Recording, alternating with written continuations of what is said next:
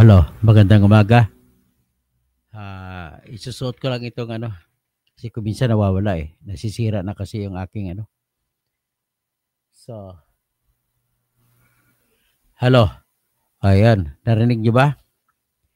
Ang ating pag-usapan po sa ngayon ay isang, pasensya na, ito pang malalim na kaisipan. Hindi po ito pang marites, kundi pang malalim na kaisipan. Ang tanong po nito ay,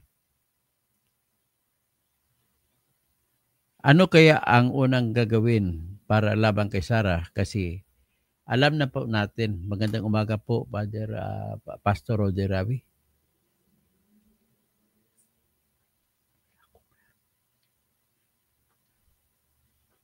So, ang mahirap mag-vlog kung wala kang pera. Ay, nako. Pambili ng gasol, walang pambili ng gasol. Magkahoy na lang tayo. Pastor Roger Ravi. Anyway, kaya naman natin uminom ng tubig. Wala mo ng kanin-kanin. Ang ating pag-usapan po sa ngayon, winawarningan ko kayo. Pangmatalinong, ano lang ito po, pangmatalino lang ito na usapin. Kung hindi mo po kaya, pwedeng makinig na lang kayo or pwede kayong huwag na makinig. Kasi kailangan po ito, winawarningan ko na kayo, kailangan po ito ng malalim na pag-iisip. Pero kung makinig kayo, matututo kayo. May forward ko sa ile.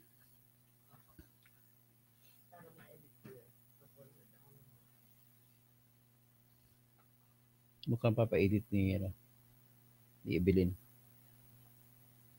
So ngayon po ang tanong. Pinakamagandang tanong ito. Kasi balak po ni Remulla na kasuhan ng plunder si Sara Duterte. Ang tanong, mananaig ba kaya yon? Kasi balak nila tanggalin sa linyada para sa 2028 na hindi na makatakbo ng presidente si Sara Duterte. Yan po talaga yung mission ni Boying Remulla. So, magagawa ba ito? Kung magagawa, di iiyak ang mga DDS. Kung hindi magagawa, papalakpak baka DDS. Pero magbibigay po ako ng analysis. At uunahan ko na po yung conclusion ay hindi mananaig sila ni Remulla. Ang problema kasi yung ayoko magyabang. Yung kaisipan nila ay kahit buuin pa ng lahat ng team nila, mga talino nila, hindi nila kayang mabuo yung kailanganin na talino para nila mapalaya si Sara Duterte. Ang mga team Sara Duterte, makinig kayo para alam nyo kung anong gagawin ninyo. At saka mga team naman na anti-Duterte, makinig din kayo para mapag-isipan nyo lalo kung paano gagawin para mapatanggal nyo si Sara. Sa totoong kwento lang, itong usapin na flood control project.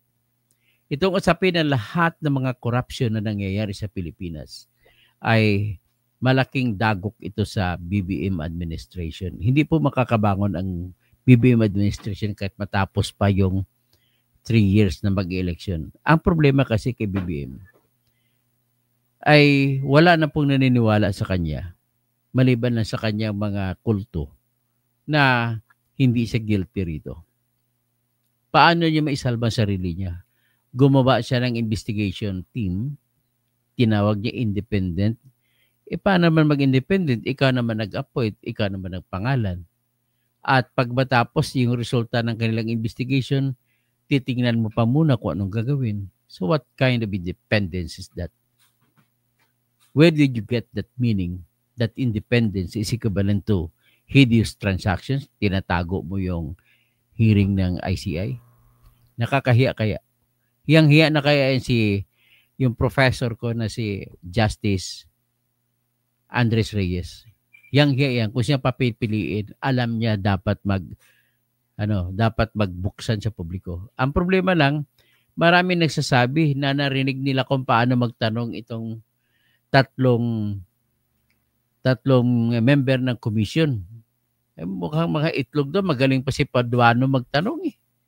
Magaling pa si Abante na Boy Dila magtanong. Mas magaling pa dito si Jinggoy magtanong. Ano ba ito mga... Tapos itatago mo. So, ibig sabihin, unang-una, itatago nyo para kayo lang nakakaalam kung sino kakasuhan. Tapos gumawa kayo ng diskarte na magwi-withdraw itong Diskaya.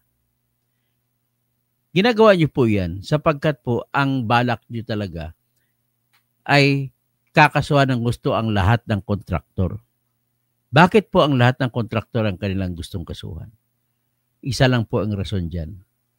Sapagkat kung kontraktor ang kakasuhan nila, hindi na madadamay ang mga politiko. So, masasalba na si Saldico, masasalba si Rimulya, kasi congressman din si Rimulya dati. Marami din sa flood control project bago siya naging ombudsman, bago siya naging secretary ng Department of Justice. At may extension yan sa anak niya. Na-inspect ko na po. May ilang proyekto si Rimulya sa kanyang distrito dyan sa District 7 sa Cavite na walang proyekto. Ghost project. So paano ngayon yan? You're expecting this ombudsman to file cases against contractors, against congressmen involved in shenanigans, yung pagnanakaw sa pamamagitan ng kontrata. Ang anak mo nandyan. How can you file a case, even one single case of flood control project against your own son? Sige nga, kindly tell me. Kindly educate me, Mr. Blackman. Tawag ko siya Blackman kasi nangingitim na kasi mukha mo eh. Ayaw ko lang magsabi-sabi pero ang pakiramdam ko, pakiwari ko, mga nagda-dialysis ka na eh. Sa tingin ko lang, hindi ako sure dyan. Pero the way it shows, the face, maputi ka dati. Ngayon itim ang mukha mo. Siguro pati budhi, itim din. MD, masamang damo. So anyway, ganito po ang gagawin nila. Si Ombudsman Rimulya po ay magsasampa po ng sa kanya ng ebidensya ng lahat ng ebidensya na ginamit sa impeachment laban kay Sara Duterte. Nandiyan na. Binigay doon. Bago pa lang umalis si Samuel Martirez, andyan na. So, ang tanong na lang is, magagamit ba ni Rimulya to? Kung pag-usapan ang talino sa batas, ay masubukan niya pero hindi siya mananaig. Pero pag-usapan yung kanyang tinatawag na dirty mind, ay gagamitin niya, magsasampa siya ng using his power, the ombudsman, he will file before the Sandigan Bayan an information for plunder. At saka plunder, non-bailable yan.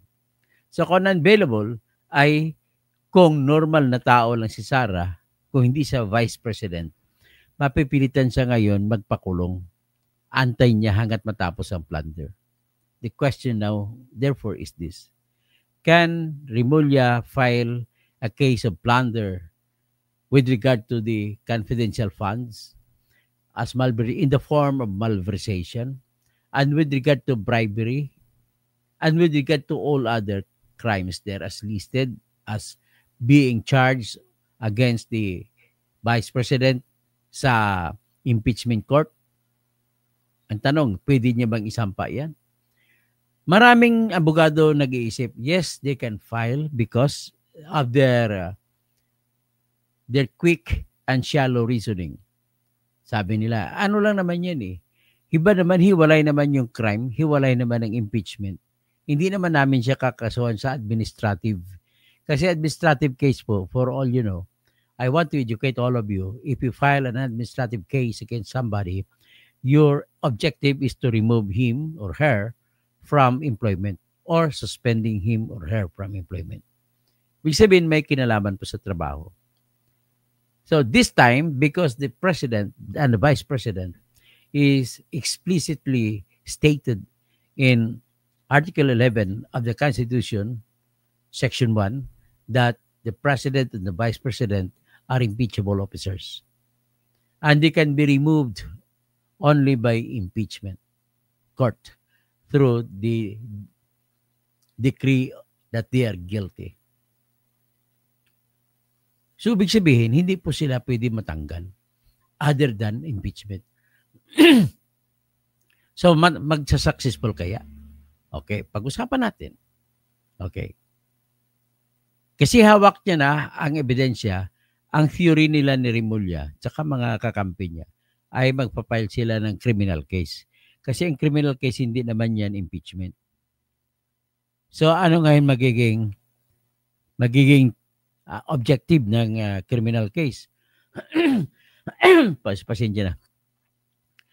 Ang objective niyan, kung sa mga Cebuano pa at saka Ilonggo magsalita, ang tumong niya ay tatanggalin pagka-presidente at kung sentensyan, alam mo, theory nila, file a case, criminal case against her, and if she is convicted by the Sandigan Bayan and affirmed by the Supreme Court, then the affirmation by the Supreme Court or the sentence by the Sandigan Bayan will prohibit her perpetually from running for any position.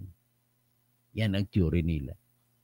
Kasi nga, pag ang sinampa mong kaso ay plunder, may kaakibat na parusa na hindi ka na pwede ma-appoint or hindi ka na pwede ma-elect. So because of that, yun ang hinahabol nila. So control nila po si Sandigan Bayan Presiding Justice, control nila. Si Geraldine Faith Ekong, yun po yung nag-acquit kay Bong Revilla. Na narinig ko pa, Geraldine Faith Ekong, I am not afraid of pronouncing to the whole world that you were paid in acquitting Bong Revilla. Bakit po? How else can you explain a decision of acquittal when in fact the evidence are crying that they are so strong, sufficient to declare the guilt of Bong Revilla? So ngayon, pag susundin lang mag-file, halimbawa, bibigyan lang in 6 months time, mind you, magsasampa yan ng tinatawag na plunder. Ang gagawin nila, isyuhan nila sa subpoena si Sara. Total, nakasagot na si Sara sa panahon ni Samuel Martires. Yung sagot ni Sara, gagamitin nila ngayon sa criminal case. At pwede nang gawin nila ni Remulla, magre-resolve sila sa criminal case. At gagamitin nila yung 125 million na confidential fund ay i-assume nila na iyon ay binulsa ni Sara. At magsasampa sila ngayon ng plunder case. At kung may plunder case na sila isasampa sa Sandigan Bayan, siyempre kausap na nila Sandigan Bayan, magpapalabas ngayon ng warrant of arrest ang Sandigan Bayan laban kay Sara Duterte. At siyempre, susuko si Sara.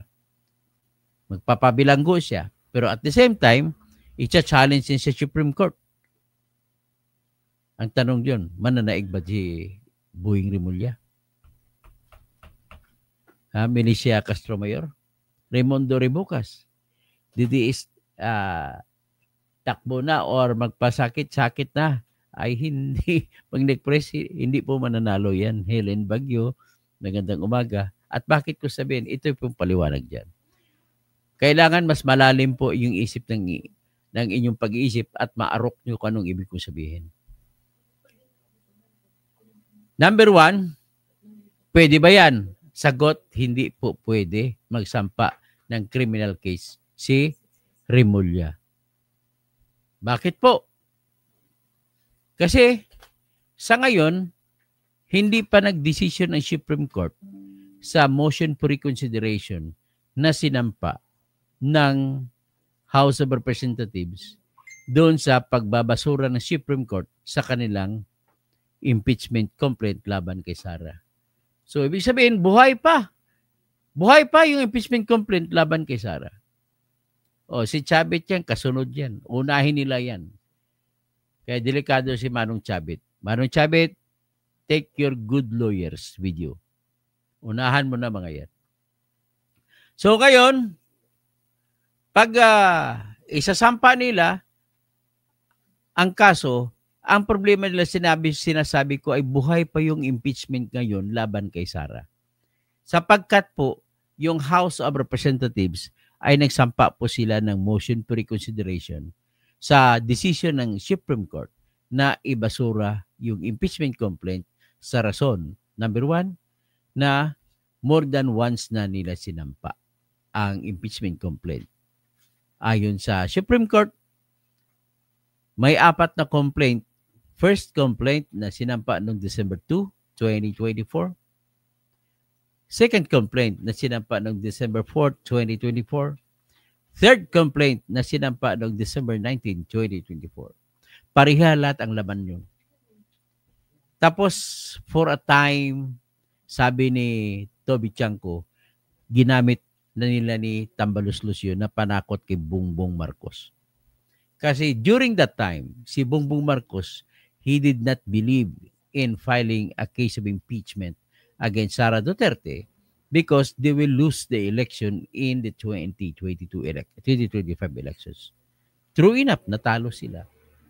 So ngayon, ang ginawa nila, kasi nandyan na yan, ginamit lamang ng mga congressmen yun, yung 3 impeachment complaint para mapuwersa si Bongbong na hindi niya tanggalin ang mga flood control projects sa 2025 na budget. Hindi niya tatanggalin ang AKAP, hindi niya tatanggalin ang AX, hindi niya tatanggalin ang MAIT.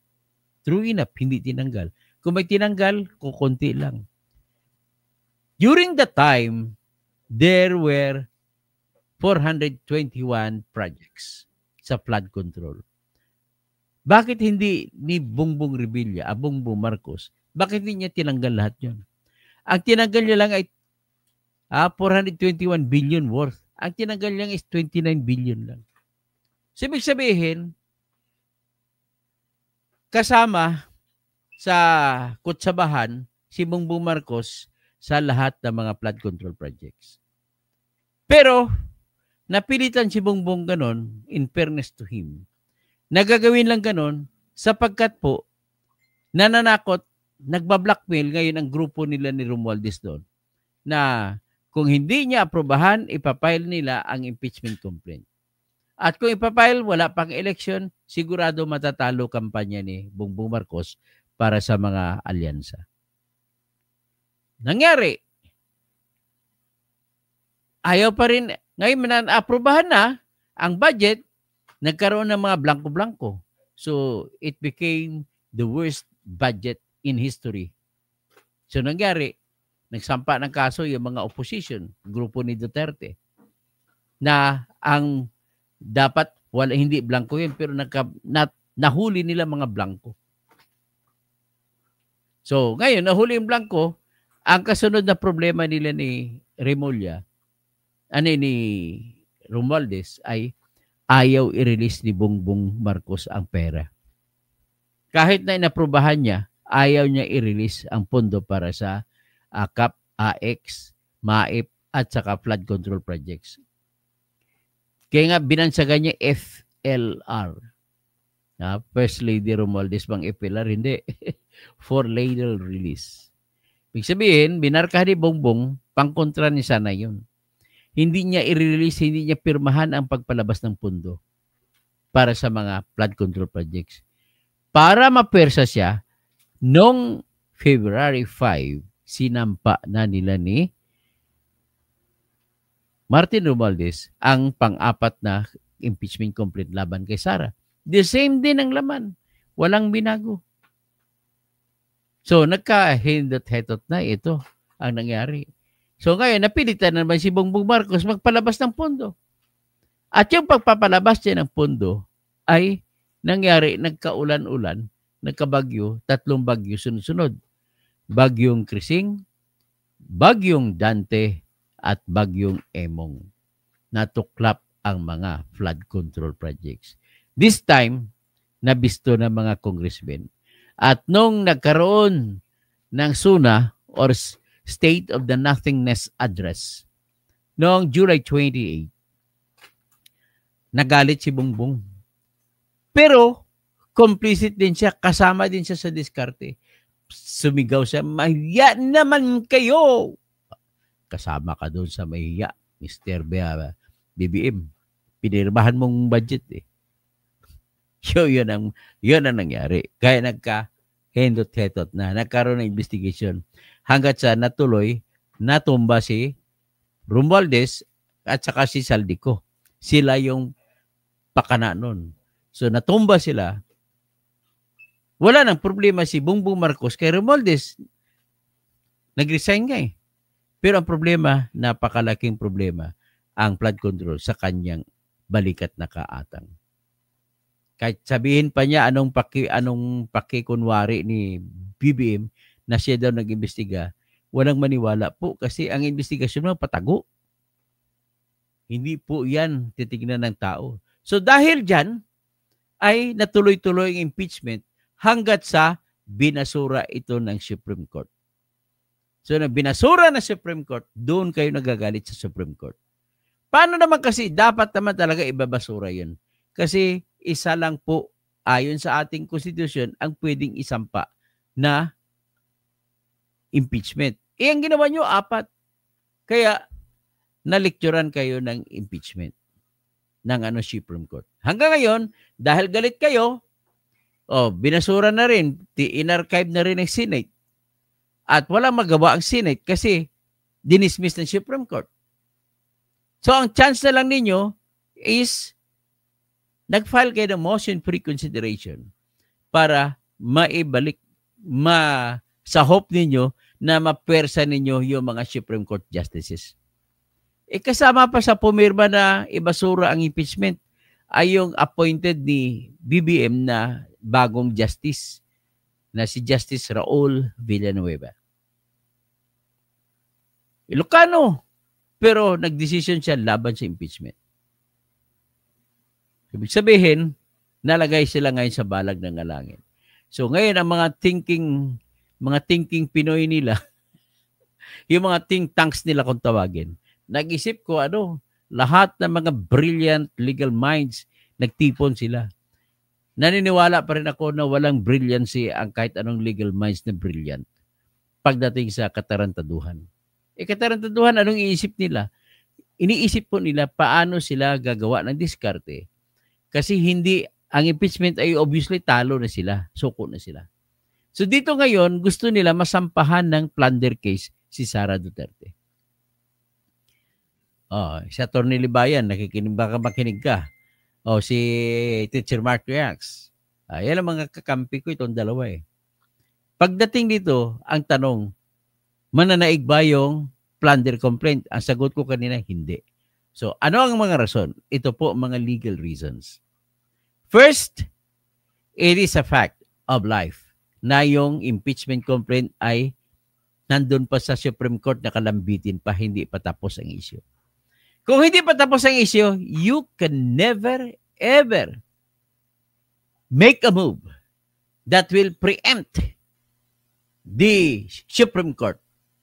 Kasi pag magsampa ka ng kaso, plunder, ipipreempt mo yung Supreme Court kasi kasama sa finding ng tinatawag na impeachable offenses ay yung plunder. High crimes yan. Kasama yung bribery dyan. So, ibig sabihin po, lahat po yan ay kasama sa kaso dyan na nakapending ngayon sa Supreme Court.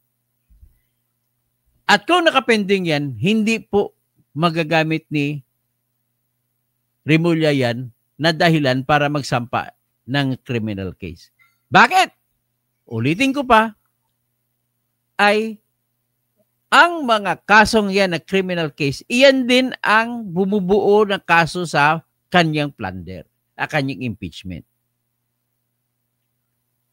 Next, what you cannot do directly can never be done indirectly.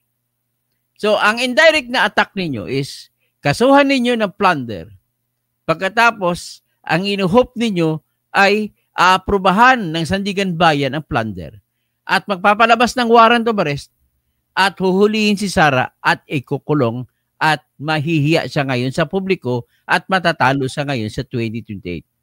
Yan po ang plano ni Rebulla. Babaw, no? Kung sa mga matalinong abogado kagaya ko, hindi yan tatalab. So, ngayon, anong gagawin nila? Because of that, sabi ko, hindi pwede. So, ang gagawin lamang yan ni Sara. Halimbawa, hawak nila yung sa ilong yung Sandigan Bayan.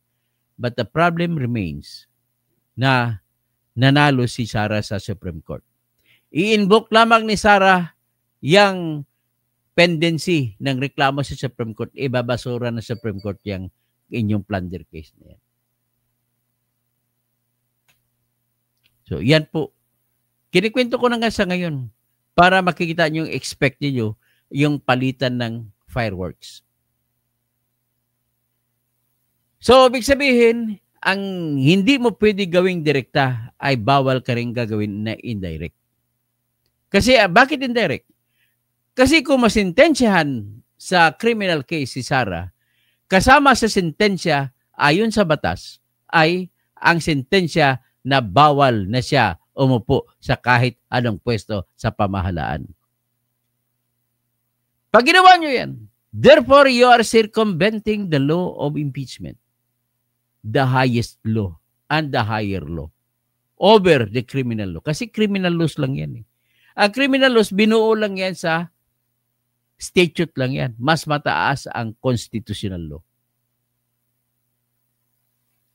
Very, very, very emphatic and explicit ang sinasabi ng Supreme Court sa Article 11, Section 1, that impeachable officers, including the President and the Vice President, can only be removed from office by impeachment. So you cannot take that kind of pretentious move. Ay, ano naman ang pinail namin criminal case. So, yan po. So, ibig sabihin, sa totoo lang hanggang ngayon, sumasakit ang ulo ni Buying. Ang mission niya kay Marcos, bakit in-appoint siya dan? Matanggal si Sara by means of law na hindi na siya pwedeng tumakbong presidente. Bakit hindi niyo lang pagandahin ang inyong record? I-explain niyo kung paano nawala yung pera. Pag na-explain niyo pa, baka marami pang mga pro-DDS na lilipat sa inyo. Pero sa ngayon, what is happening is you are digging your own grave. Humuhukay kayo ng sarili niyong libingan. Hindi bayani, libingan ng mga hangal. Bakit po? Every time na may ginagawa kayo na attack laban sa mga kay Duterte, lalong hindi nyo mapababago ang isipan ng mga DDS. DDS lang tingnan ko. Kasi very substantial ang dami ng bilang ng DDS na tinatawag nila na mga mga didilis. Yung mga tumatawag na didilis sa DDS ay yan yung mga feeling superior. They feel that they are bright, they're intelligent, but the truth of the matter is they are not. Kaya ngayon ang ginagawa nila, nakipag-alay sila sa BBM. Mga Pinklawan, nakipag-alay sa BBM. Nakalabas ng kulungan si Lila de Lima, pakipag-alay sa kay Marcos. Napakinggan nyo ba si Trillanes na nagbumira kay Bongbong Marcos? Hindi. Napakinggan mo ba siya na bumira sa kay Romualdez? Hindi. Napakinggan mo ba siya na bumira siya sa kanyang kababayan na Bicolano rin, na si Ako Bukol Party List Congressman, na dating congressman na nag-resign niya, na si Saldico? Wala ko na wala pakikinggan dyan. So, because of that, ladies and gentlemen, my bold prediction is si Boying Rimulya, gagawin niya ang lahat na makapagsampa ng plunder case laban kay Sara. But their problem is, lahat ng mga kaso sa impeachment na criminal case ay kasama sa impeachment complaint. At because of that, they cannot use that as a criminal case against Sara. Kasi what they cannot do directly cannot be done indirectly. Para lang yan, kagaya sa COMELEC chairman. Ang COMELEC, bago ka magiging COMELEC member, kailangan majority pag-appoint sa iyo ay abogado. Ngayon, abogado ka. Pailan ka ngayon ng disbarment. Disbarment naman yun eh. Walang kinalaman yun sa pagiging COMELEC chairman mo. Matutuloy ba yan? Nagdesisyon na po yung Supreme Court. Hindi mo pwede sampahan ng disbarment ang sinuman na tao basta kanyang opisina na inuupuan ay kailangan siya ay magiging abogado. Kung impeachable officers. Pero kung hindi impeachable officers, pwede. Impeachable officers, Vice President, pwedeng hindi abogado. So, pwede ka mag-file ng disbarment case. Kasi abogada si Sara, pwede niya kasuhan disbarment. But then, matanggal ang lisensya na pagka-abogado, pero hindi siya matatanggal pagka-vice presidente. Pwede mong bang sampahan ang COMELEC ng disbarment? Sagot. Kung pagtanggal sa kanya ay magiging majority ng hindi abogado, hindi ibabasura yung reklamong disbarment. Kasi kailangan maging member ka ng bar or para ikaw ay magiging commissioner. In the same manner, actually, civil service, hindi naman kailangan na abogado ka eh. Yung sa COMELEC lang talaga. Ngayon, kailangan abogado ka o sa ombudsman. Can you now charge Rimulya with disbarment?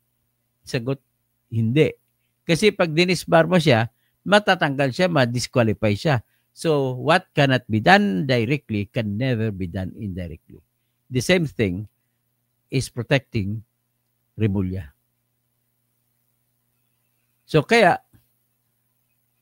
ang endgame nito, sa totoo lang, ito na pong endgame niyan. Kahit anong gagawin ni Bongbong, ni Pinklawan, at saka iba, hindi po sila mananalo kay Sara Duterte. The only way na mananalo sila is ipapatay nila kung gusto nila, o di kaya tanggalin nila sa pagiging vice president on impeachment. Problema, yung impeachment ni reklamo ninyo nakatingga sa Supreme Court. Ngayon, February 6 ay pwede na sila magsampa uli ng bagong impeachment. But the problem is, kung February 6 hindi pa matapos yung motion pre-consideration ninyo na sinampa ay wala pang decision ng Supreme Court, hindi pa rin kayo makasampa ng kaso na bagong impeachment. Kasi magbabawal ngayon sa pendency rule. Ay, nako. So, yan po ang mangyayari dyan. Kaya kayo, sa totoo lang sa ngayon, kampante ng mga DDS. Yung kanilang mahal na Sara Duterte ay malayong-malayo maapektahan. Kaya mas maganda pa sa kay BBM, makipagkaibigan na lang sila kay Sara. Sa totoong kwento lang. Kita mo, nakipagkaibigan na si Leni Robredo, baka lalabas President Sara Duterte, Vice President Leni Robredo. Yan po ang nakikita ko.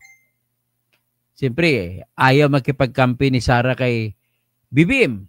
So natural, hanap si Sara ng kakampi sa kabila, sa labas. At wala sa ibang makukuha kundi mga kakamping. Yan ang prediction ko lang yan. Prediction ko na malayong mangyari pero pwedeng mangyari dahil wala ng choice. Alangan naman, sigurista nga si Leni. Ayaw na tumakbong presidente yan. Hindi nga tumakbo ng senator. Tumakbo sa mayor kasi siguro siya mananalo doon sa Naga City. So kung sigurista siya, sigurado mananalo si Leni pagka vice president kung siya po ay vice president ni Sara Duterte. Yan po yung katotohanan dyan. Kaya lang magreklamo si Amy Marcos kasi pumoposisyon siya na dapat vice president siya ni Sara. So, yan lang po ang aking lecture na hindi po pwede na gagawin ang indirectly na hindi na binabawal ang direkta. So, whatever is your take, conclusion nyo yan. Ang conclusion ko lang is my conclusion based on the principles of law, based on law, and based on mga principles of cases na hindi ka pwede magsampa ng kaso kung nakapending pa ang kaso. Ang tawag dyan, kung sa civil case, ay res judicata. Kung sa criminal case, ay double jeopardy. So ngayon, kung pending pa ang impeachment complaint sa kanya, hindi siya pwede masampahan ng bagong impeachment complaint sa February 6. So anong gagawin ng mga anti-Sara? The best advice I could give you, sige, ilibre ko lang advice ko. I-withdraw nyo, pagdating ni February 6, i-withdraw nyo ang inyong motion for reconsideration. With that, automatically withdraw na yung impeachment. Pag na-withdraw, mawawala na ngayon ng tinatawag na sagabal para makapagsampa kayo ulit ng reklamo. Diba? Kasi bawal sa Constitution. Kailangan within 1 year, hindi ka magsampa. Pero kaso lang. Ito ang panibagong problema ninyo. Kung ako naman abogado ni Sara, ganito gagawin ko. Nag-file halimbawa kayo ng bagong impeachment complaint noong February 6. Kasi sinabi ng Supreme Court, February 6, you can still file. So why the heck? Why are you rushing up things? Pwede naman kayo mag-antay sa February 6. O ito ngayon, February 6, file sila kaso. Ngayon, ako abogado ni Sara, mag-file ako ng motion to dismiss on the ground na pending pa yung kaso nyo. So, big sabihin pag pending, na nare-renew every time yung 1-year bar. Ganon po. Kaya, kahong kaganyan nyo, mahina yung mga legal minds ninyo nag-umpisa ng kasong yan. Bakit pa kayo nag-file ng MR? Sana hindi na kayo nag-file ng MR. So with that, magandang umaga po sa inyo lahat. At ako'y may gagawin muna. So, ito basahin ko lang muna, mag-shoutout ako kasi may daming tumatawag sa akin. Pastor Rodi Rabi, Adalak, baka di sila umabot sa 2028. Rodi Rabi, talagang hahabulin si Sara ng ombudsman para di siya kakandidato sa pagkapangulo. Yan naman talaga plano ni ombudsman Remulla. Rodi Rabi, gusto nila wipe out ang lahat ng Duterte. Yan ang plano nila. So Adalak, sabi niya, adming ang bangag.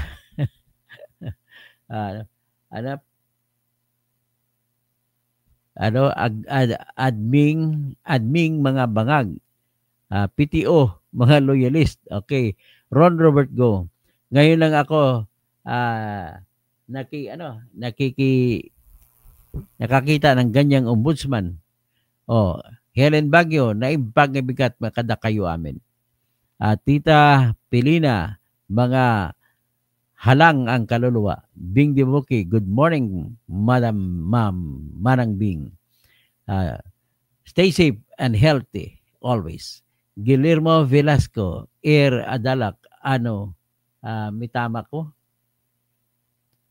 Lito Pilino, di sila magtagumpay. Guillermo Velasco, Toto Kausing, kaya natin to.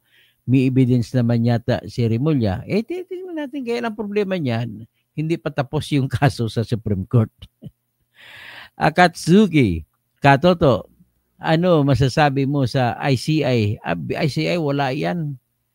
Panakibutas na lamang ICI. Panakibutas lang yan. Okay. Tita Pilino, sila, ano ba nakita ngayon? Kaguluhan. Sila mga mambubudol. Bernard Magtibay, Helen Baguio, hindi naman magtatagal si Rimulya. Malalim, maitim na siya at nagmamanas. Ay nako. Ayaw kong magsabi rin pero wala tayong magagawa. Buing Rimulya. You must defeat your own life. Kailangan magsampa ka ng kaso laban kay Sara. Ngayon pa lang. Raimundo Ribocas, didiis takbo na or magpakasakit-sakit na mag-replace.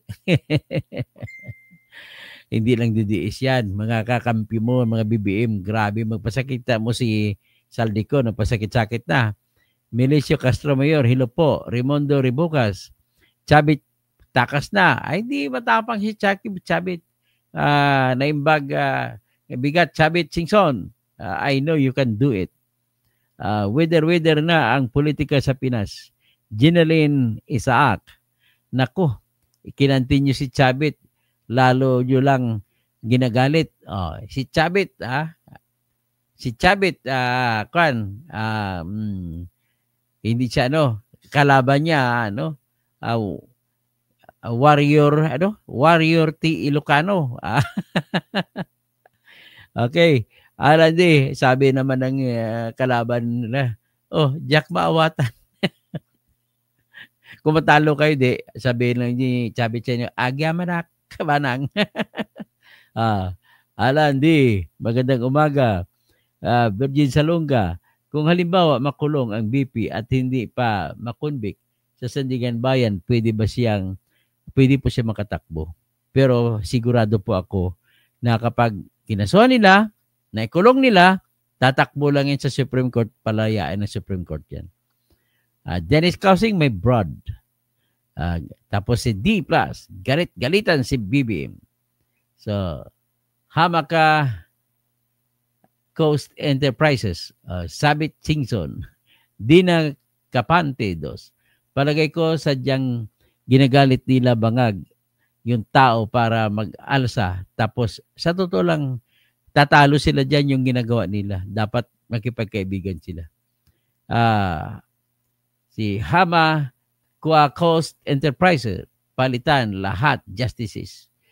Ven Reclamador, suportahan ng mga magnanakaw si BP Sara sa 2018. Kung ba, masyado ka namang masyado kang galit sa mga kay Duterte. Raimundo Ribocas, wag mo turuan si Rimulya, maubos ang mga DDS. Hindi naman. Mga matalino kasi mga DDS . Alan niya sa gila, Raimundo Ribocas, aso ni Bobo Mo at Bonjing. Dina Capante, si Erap, mga sentensyado sa Sandigan Bayan, tatakbo pa ng mayor. Jerry Diaz's, what if the plunder case is filed on or after February 6?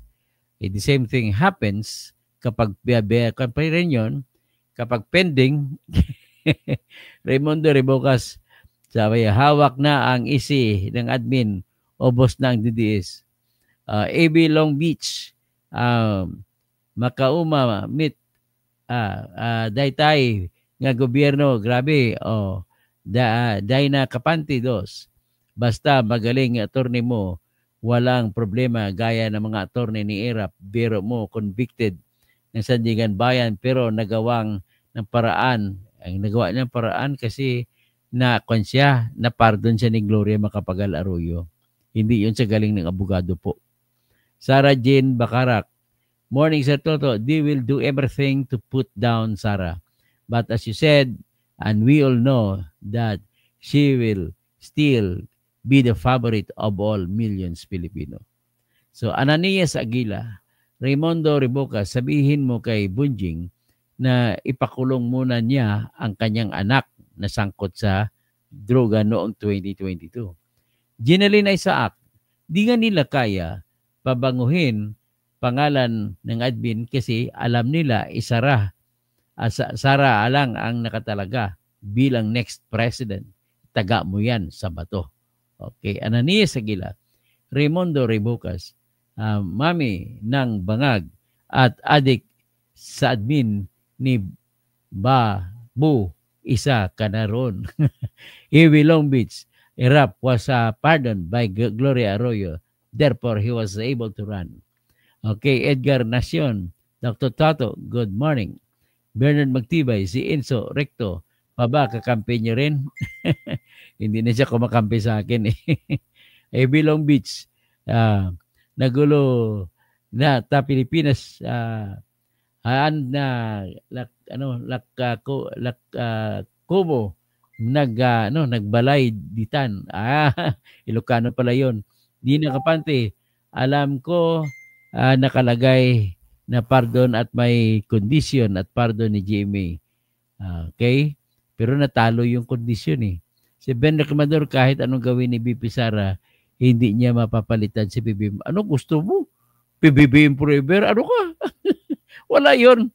Diktador ka na. Pangit, hindi pwede sa Pilipino yun.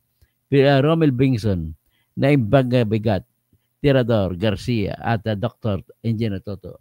Dito pa lang kay Chabit, kay Kabsat Chabit, mahirapan si BBM dito. Daniel Family Land, Family Daniel. Bakit makipagkaibigan siya sa may katok? Katok din siya eh. Raimundo Rebocas, Didis, kanto, alang tayo ng dahan. Kaya, di ba, boss? Lynn Ragas Lakiao, Attorney to, Ginalyn Aisa, Katoto, hayaan mo na sila magsampa. Gat gusto na kahit tumanda na sila. Si Lisa Tanaka, sana ikaw na lang po, ombudsman, kasi matino kayo at nanindigan sa matuwid at katotohanan. Ben Reclamador, kunin nyo na si George Garcia na BP Presidente para sure win. AI, Aronstein, Lacona, good dahil kawatan. Yan naman si Lacona. Ito yung member ng kulto ni Trillanes. Romel Bengson, dapat kasi mawala na sa atin yung kulay-kulay. Kaya nga dapat wala ng kulay-kulay eh. Cardo sa Bukid, nice one. Kaka, Toto, ganda ng paliwanag mo. Raimundo Rebocas, Chabit, hindi irap. Si BBM, mali ang taya mo ngayon. Dahil nakapanti to, ang matuloy impeachment ni Sara sa February 6, patay din. Pagdating sa Senado, remember, 9 lang kailangan para manalo. 9 lang ang senador nakakampi ni Sara, wala na. Panalo na rin si Sara. Mahir Sinti, good morning, Sir Toto, Attorney Engineer Tirador. The Ombudsman may only institute criminal cases against the sitting BP, but there are remedies under the law. Tama ka, tama ka. Gregorio Babaran, kawawang Sara Duterte. Bakit kawawa? Maon siya ang pangarap. Hindi, mananalo yan. Kaya hindi ko alam kung saan ka pupunta, Greg, kung mananalo presidente si Sara. Roxy L, hinintay ko po talaga ang live mo. Salamat po. Watching from Brisbane, Australia. Kahit alam kong iba ang side ng politics mo, I support po kayo dahil sa naniwala ako sa credible kayo. Salamat po. Roxy L. Nakong, Attorney Toto, kumusta ka? Romel Bengson, obvious yung galaw ng admin, harangan ang Duterte team sa 2028. Daniel, Family Daniel, siyempre sasabihin yan kasi naka-Duterte para sa makabayan si PBBM yung gusto. Si Gregory Babaran ulit, kung matsugi si Remulla, si Claire Castro na naman kapalit. Ako'y papalakpak pag si Madam Claire kasi magkaroon natin for the first time na maganda na ombudsman. Madam Claire, pag ikaw mag-ombudsman, I will magpakain ako kasi magkaroon tayo for the first time na the pretty ombudsman. O di kaya pag DOJ ka, for the first time magkaroon tayo ng pretty DOJ secretary. Okay, Romel Bingson, Daniel, Family Daniel, durog yung Pilipinas kung si Tupac ang Pangulo, itaga niyo sa bato. Rolando Itoke, BBM supporter ba kayo at di nyo nakikita yung buong nakawan sa panahon niya? Edwin Pasibugan, di ba na dati anti-didis ka? Thomas Isplana, good morning, Attorney Toto Kausing. Wala, ang atin na sa kayo, nag-analyze lang tayo ng kung anong batas, anong nangyayari. Ha? Let us set aside kung ano ka ba, BBM ka ba, DDS o ano, or pink. Let us set aside that. Let us talk about reality. Okay? Thomas Esplana, like and share na lang natin. Announce habang may kulay para sa bayan, hindi sa bansa. Need starting, ginagawang negosyo ang mga politiko ang politika. Hanggang nila magandang umaga po. At ito'y for academic discussion lamang. Okay? Huwag kayong magalit. Ha?